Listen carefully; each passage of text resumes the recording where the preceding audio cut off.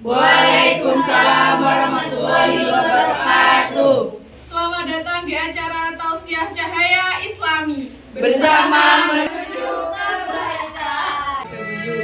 Ya Nabi salam alaika, Ya Rasul salam alaika, Ya Habib salam alaika, salawatullah alaika, Ya Nabi salam alaika, Ya Rasul salam alaika, Ya Habib salam alaika,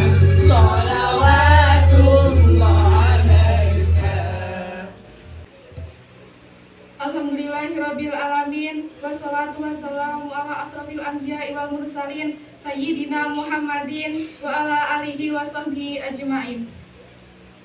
Rabbi shrah sadri wa yassir li amri wahlul 'uqdatam min lisani yafqahu qawli, amma ba'du.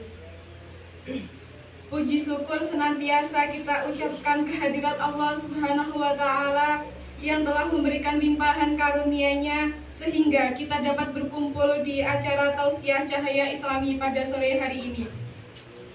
Tak lupa salawat serta salam senantiasa kita haturkan kepada junjungan kita Nabi besar Muhammad sallallahu alaihi wasallam. Allahumma sholli alaihi. Yang mana beliau adalah Nabi yang membawa syafaat Allah dan mudah-mudahan kita selaku umatnya mendapatkan syafaat pula di yaumil akhir.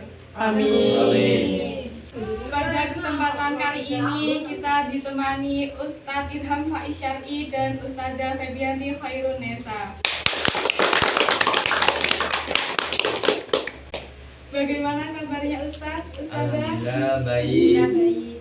Tak lupa penonton, bagaimana kabarnya? Alhamdulillah baik. Pada sore hari ini topik yang akan kita bahas mengenai zina. Karena pada masa sekarang zina sudah dianggap normal oleh banyak orang. Penonton, udah pernah pacaran belum nih? Sudah. Tahu nggak sih katanya pacaran itu termasuk zina loh. Astagfirullah. Lantas apa sih zina itu sebenarnya dan apa akibatnya bila kita melakukan zina? Tolong dong Ustadz Faiz dijelaskan. Assalamualaikum warahmatullahi wabarakatuh. Assalamualaikum warahmatullahi wabarakatuh. Waalaikumsalam warahmatullahi wabarakatuh. Alhamdulillah kita dapat berjumpa pada kesempatan kali ini di acara Cahaya Islami yang insya Allah akan diberkahi oleh Allah Subhanahu wa Ta'ala. Amin.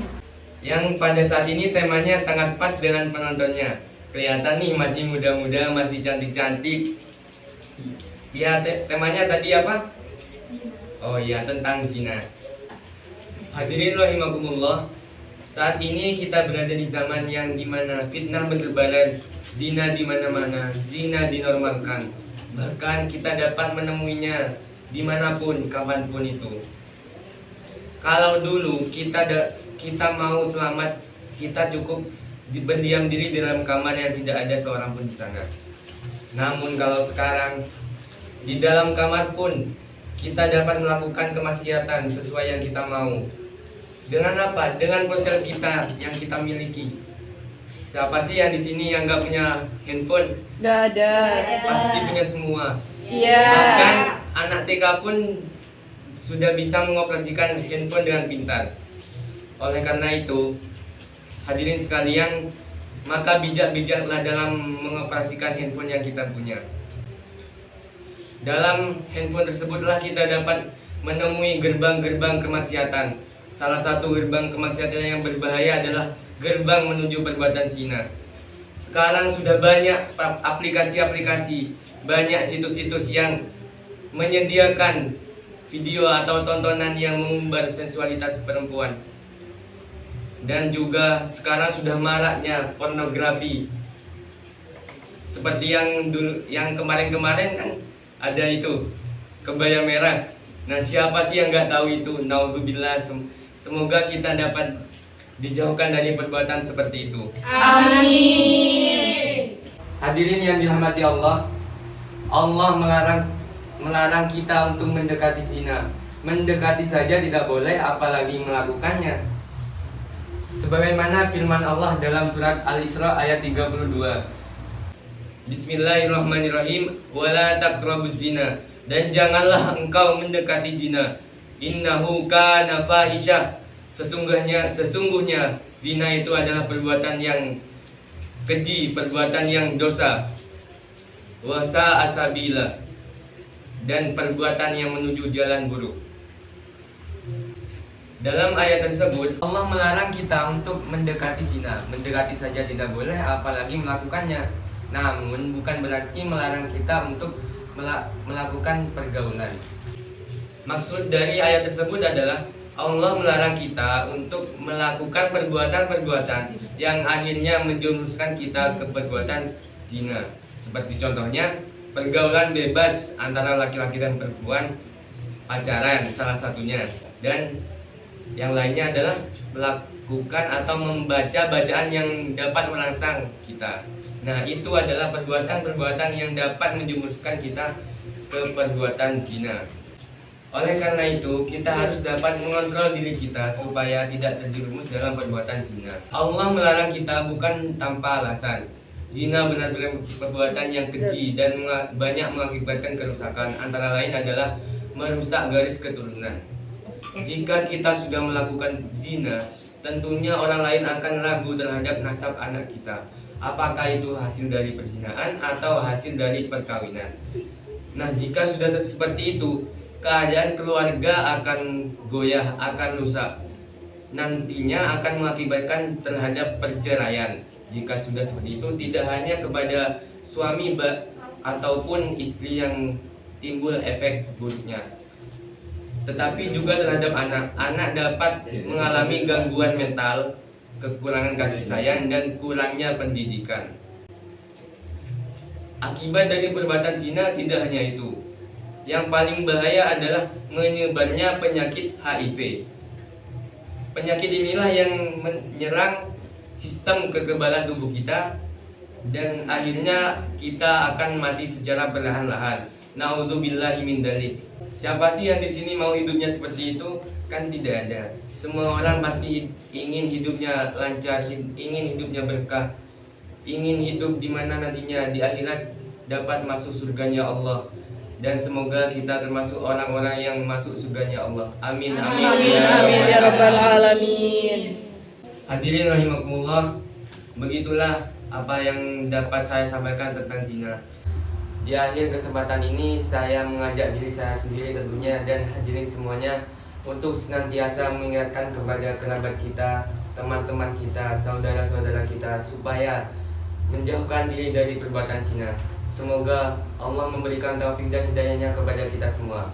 Akhirul kalam, wabillahi taufiq wal hidayah. Wassalamualaikum warahmatullahi wabarakatuh. Waalaikumsalam warahmatullahi wabarakatuh. Terima kasih Ustadz Faiz sudah mau berbagi ilmu bersama kita di sini. Ternyata zina itu sungguh kegiatan yang sangat keji. Lantas, apa jenis-jenis zina dan apa hukumannya bila kita melakukan zina? Tolong Ustazah dijelaskan. Bismillahirrahmanirrahim. Assalamualaikum warahmatullahi wabarakatuh. Waalaikumsalam warahmatullahi wabarakatuh. Bismillahirrahmanirrahim. Al-ainu tazni wal qalbu yazni fazina al-ainin nazar wa zinal qalbi tamanni wal farju yusaddiqu ma hunalika aw yukadzibu. Artinya, mata itu berzina, hati juga berzina. Zina mata adalah dengan melihat atau yang diharamkan. Zina hati adalah dengan membayangkan pemicu syahwat yang terlarang. Sementara kemaluan membenarkan atau mendustakan semua itu. Hadis riwayat Ahmad. Dalam hadis tersebut, Rasulullah SAW menyampaikan bahwa di situ terdapat beberapa macam zina. Di sini saya akan langsung menjelaskan saja, yaitu yang pertama adalah zina mata. Dari namanya saja sudah tahu ya kan, zina mata berarti adalah zina yang dilakukan oleh mata kita. Iya. Contohnya adalah ketika kita melihat seseorang lawan jenis dengan perasaan senang, kayak oh itu cantik banget ya, terus kalian liatin terus, oh itu ganteng banget ya, terus kalian liatin terus sampai itu tuh benar-benar membuat kalian terpaku sama seseorang tersebut begitu. Yang kedua adalah zina hati atau zina qalbi, yaitu ketika kita memikirkan atau menghayalkan lawan jenis dengan perasaan senang dan bahagia. Ya pastilah kalian pernah kan ngeliat cewek cantik, cowok ganteng gitu, terus kayak kepikiran nih sampai rumah atau gimana gitu, kayak masih dibayangin gitu. Itu termasuk zina hati gitu. Dan yang ketiga adalah zina lisan atau ucapan. Ini biasanya kalian lakuin ketika tadi tuh misalnya berangkat sekolah ketemu cowok ganteng, terus habis itu di sekolah diceritain tuh ke teman-temannya, aku tadi ketemu cowok ganteng gitu. Nah itu tuh kalau misalnya kalian dengan perasaan senang, dengan perasaan bahagia, itu tuh bisa disebut dengan zina lisan. Dan yang keempat adalah zina tangan atau yadin, yaitu ketika kalian dengan sengaja menyentuh atau membegal tubuh bagian lawan jenis dengan perasaan senang dan bahagia. Mungkin berpegangan tangan, berpelukan, gandengan, rangkulan, dimanapun itu kalau dengan bukan mahramnya itu disebut zina. Dan yang terakhir adalah zina luar, adalah zina yang diperbuat antar lawan jenis yang bukan mahram, yang melibatkan alat kelamin, yaitu berhubungan badan seperti layaknya seorang pasangan suami istri. Nah, selanjutnya adalah hukuman bagi seorang yang melakukan zina. Zina mata, zina pikiran, zina lisan, dan zina tangan tidak menyebabkan hukuman yang berat, tetapi hanya harus disertai dengan istighfar dan penyesalan, serta lebih baik adalah melakukan sholat taubat. Berbeda dengan zina sebelumnya, zina luar ini hukumannya lebih berat. Kalau misalnya kalian baru melakukannya sekali, itu hukumannya hanya dicambuk 100 kali dengan batang kayu yang keras, dan kemudian kalian akan diasingkan selama 1 tahun di tempat yang terpencil. Adapun kemudian kalau kalian sudah pernah dicambuk 100 kali, sudah diasingkan selama setahun, dan kalian masih melakukan zina itu lagi, kalian akan dihukum hudud. Hukuman hudud adalah hukuman yang tersangkanya ditaruh di dalam lubang dan dilempari batu yang tidak terlalu besar sampai dia meninggal.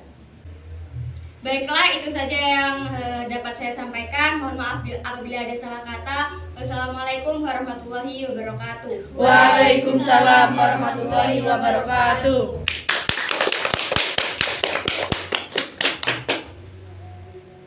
Terima kasih Ustazah Nesa sudah mau berbagi ilmu bersama kita. Seperti materi yang sudah dijelaskan tadi, mulai dari pengertian, akibat, jenis, dan hukuman, mungkin ada penonton yang ingin bertanya, silahkan. Silahkan. Assalamualaikum warahmatullahi wabarakatuh. Waalaikumsalam warahmatullahi wabarakatuh. Izin bertanya Ustadz dan Ustazah, jika kita sudah terlanjur melakukan perbuatan zina, bagaimana cara bertaubatnya? Terima kasih. Wassalamualaikum warahmatullahi wabarakatuh. Waalaikumsalam warahmatullahi wabarakatuh. Ustazah Nesa dipersilakan untuk menjawab pertanyaan. Baik, terima kasih atas pertanyaannya.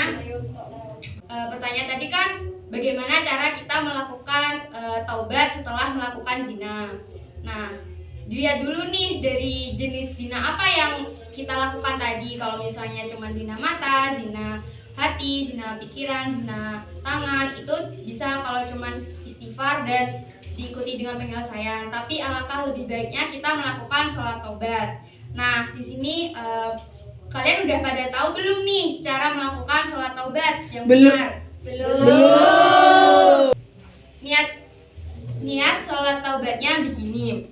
Bismillahirrahmanirrahim. Usolli sunatan litaubati lillahi ta'ala. Setelah itu kalian bisa melakukan sholat sunnah 2 rakaat seperti biasanya yang kalian lakukan. Nah, setelah sholat kalian bisa beristighfar sebanyak-banyaknya sampai hati kalian itu merasa tenang, damai begitu. Nah, jadi begitulah cara bertobat yang bisa kita lakukan setelah kita melakukan zina. Sekian yang bisa saya jelaskan. Terima kasih.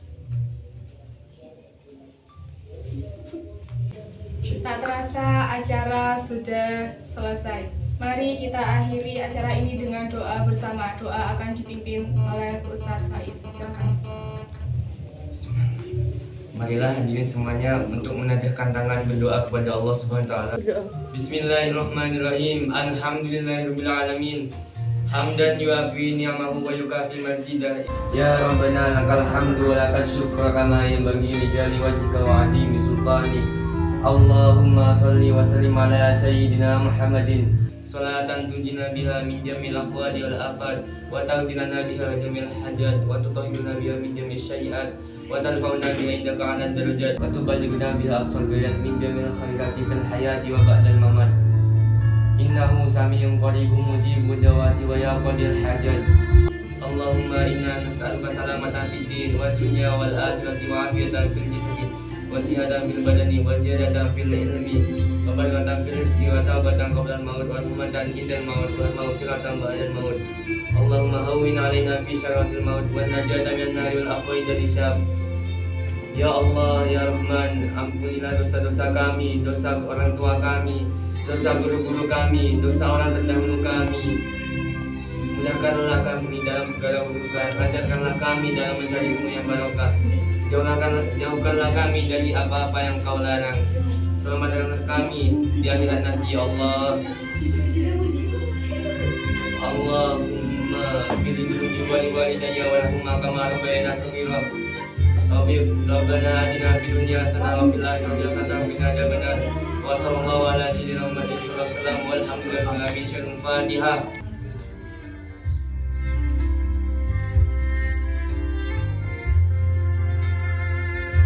Terima kasih Ustadz dan Ustadzah yang sudah mau berbagi ilmu bersama kita di sini. Saya selaku MC di sini mengucapkan beribu-ribu kata maaf apabila ada kata yang kurang berkenan di hati kalian. Akhirul kalam, wassalamualaikum warahmatullahi wabarakatuh. Waalaikumsalam warahmatullahi wabarakatuh.